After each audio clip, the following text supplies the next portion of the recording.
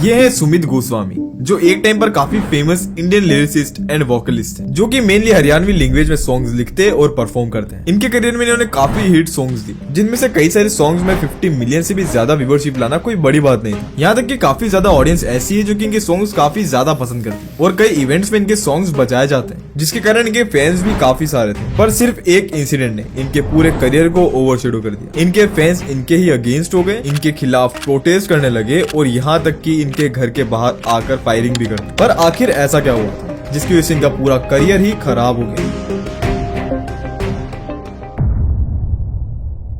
18 नवंबर 1996 हरियाणा के एक विलेज दतोली में सुमित गोस्वामी का जन्म हुआ था और वो एक मिडिल क्लास फैमिली में बड़े हुए हैं। छोटी उम्र से उन्हें सिंगिंग का शौक था और स्कूल के टाइम पर ही उन्होंने सॉन्ग्स लिखना शुरू कर दिया था, लेकिन उनकी फैमिली से उन्हें ज्यादा सपोर्ट नहीं मिला। यहाँ तक कि उनके फादर तो उनके सिंगिंग करियर के खिलाफ थे और उन्हें इंजीनियरिंग का करियर चूज करने को कहते थे। जब भी सुमित अपना सिंगर बनने का सपना शेयर करते थे तो उनके फादर उन्हें मजाक में शेख चिली बुलाते, जो एक तरीके से एक डे ड्रीमर या फिर एक इम्प्रैक्टिकल पर्सन को कहा जाता है। और तभी से सुमित ने इसे एक चैलेंज की तरह लिया और उसने डिसाइड किया कि वो अपने फादर को यकीन दिलाएगा कि सिंगिंग से भी अमीर बना जा सकता है। अपने फादर के अगेंस्ट जाने के बजाय उन्होंने कॉलेज में एडमिशन ले ली, पर उनके लिए म्यूजिक का ऑब्सेशन कभी भी कम नहीं हुआ। उन्होंने अपने एक इंटरव्यू में बताया है कि वो अपने स्कूल के टाइम पर एक एक्सीलेंट स्टूडेंट थे और उन्होंने काफी बार टॉप भी किया। हाई स्कूल और कॉलेज के टाइम पर वो काफी इवेंट्स में पार्टिसिपेट करते थे और उस टाइम से उन्हें काफी लोग पसंद भी किया करते थे। फिर कॉलेज से ग्रेजुएट होने के बाद वो कई सारे प्राइवेट फर्म्स में नाइट शिफ्ट करने लगे। वो अपने सिंगिंग एंड करियर के बीच में बैलेंस बनाए रखते थे। दिन में वो सॉन्ग्स लिखते और रात में ऑफिस का काम करते थे। यहाँ तक कि लोकल इवेंट्स और फैमिली फंक्शंस में सिंगिंग और गिटार बजाने से उनका टैलेंट ग्रो हुआ और उनको म्यूजिक में इंटरेस्ट आया। फिर सुमित ने अपना पहला डेब्यू किया,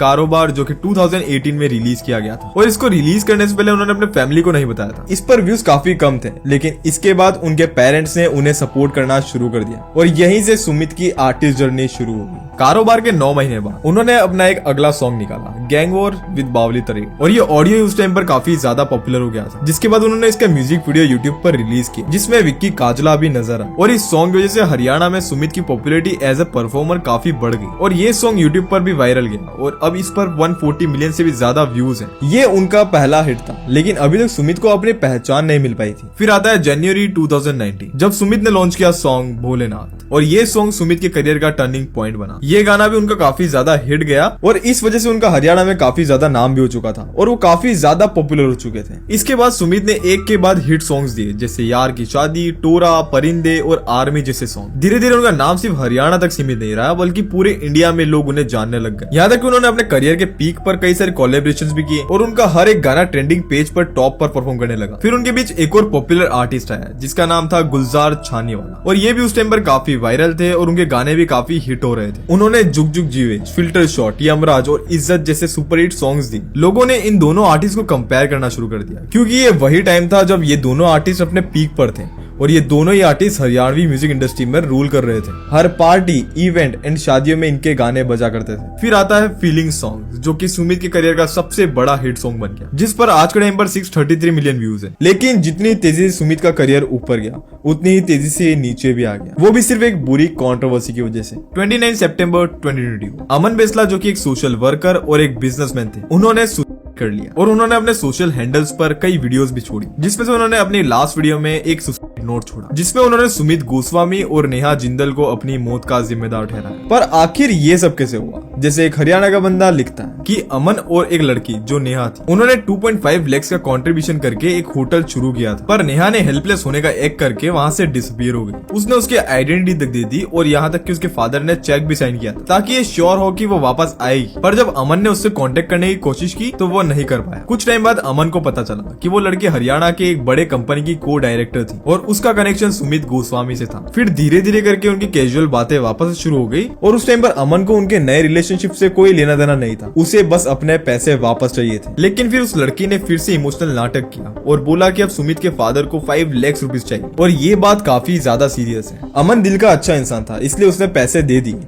पर इस बार उसने इसके बदले में सुमित के कुछ डॉक्यूमेंट्स ले लिए। फिर अमन को जब वापस से पैसे चाहिए थे तो उसने सुमित को डायरेक्टली कांटेक्ट किया, पर उसके बदले में उसको गाली दी गई और यहाँ तक कि उससे धमकाया गया। हाँ, बाकी जो तेरे को करना है तू कर ले, कुछ भी हो यार, कोई फर्क नहीं पड़ता है। तो मैं नंबर और छोले खाओ, मैं तो सिस्टम पाड़ता जाया करूँगा। जो सा घनी भड़क दे, 2 बाउंसर कन मैंने पाल रखे हैं, उनसे इतने भी सेजा है, जो सा मेरे तक भड़क दे, जगह में अगले बंदे इतनी भड़क दे देंगे, उनकी फैमिली तक भड़क कर देंगे। ना ना देखो भाई फैमिली तक क्यों वो सीन था?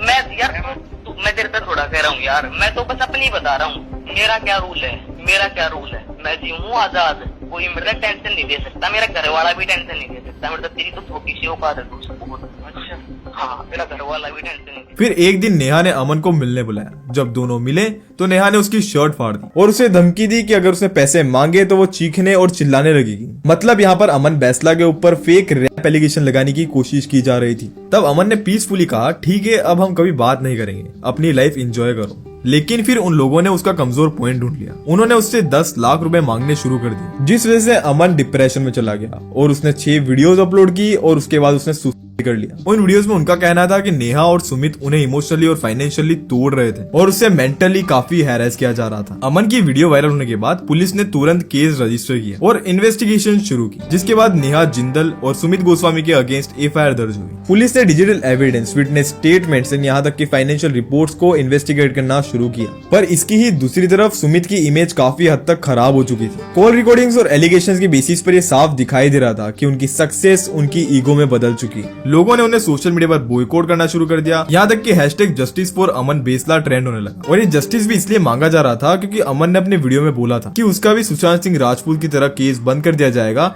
और सब इस बात को भूल जाएंगे। यहाँ तक कि बड़े बड़े आर्टिस्ट भी अमन बेसला के सपोर्ट में है। और जो भी उनका जस्टिस है वो उनको दिलाना है। उनके माँ बाप इस टाइम अकेले हैं, उनकी एक बहन है चीमा, जिसके बारे में मैंने उनकी वीडियो में देखा।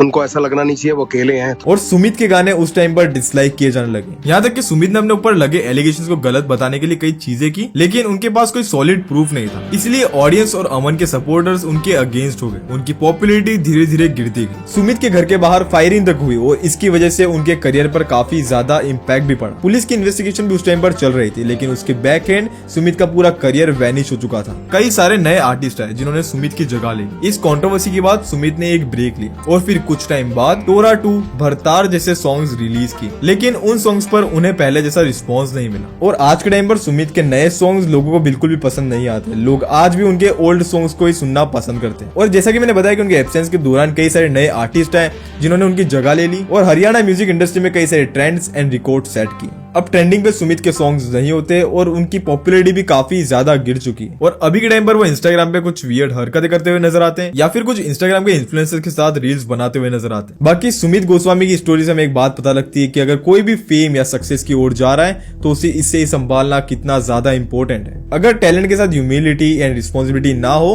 तो करियर एक झटके में वैनिश हो सकता है। इस इंसिडेंट से ये पता लगता है कि किसी भी इंसान के पर्सनल एंड प्रोफेशनल लाइफ में बैलेंस होना एंड साथ में एथिकल बिहेवियर्स का होना कितना ज्यादा इंपॉर्टेंट है। और ये भी पता लगता है कि लाइफ में कोई भी डिसीजन कितने ज्यादा इंपैक्टफुल हो सकते हैं। और अभी सुमित गोस्वामी की जर्नी कहां तक जाएगी और वापस से कम बैक कर पाएंगे या फिर नहीं, इसका मुझे पता नहीं। पर आप लोग इसके बारे में क्या सोचते हो मुझे कमेंट सेक्शन में बताना। बाकी यहाँ तुम लोग अगर मुझे इंस्टाग्राम के ऊपर फॉलो नहीं करते तो जाओ जाकर के फॉलो करो। वहां पर मुझे बताओ कि भाई क्या कंटेंट बनाना चाहिए, क्योंकि मैं थोड़ा सा यूनिक सोच रहा हूँ। सो भाई बताओ कमेंट में, ठीक है। बाकी अगर तुमने चैनल को सब्सक्राइब नहीं किया कर देना। बाकी तो तुम्हें स्क्रीन के ऊपर 2 वीडियो दिख रहे होंगे, उन्हें भी जाकर के वॉच कर सकते हो।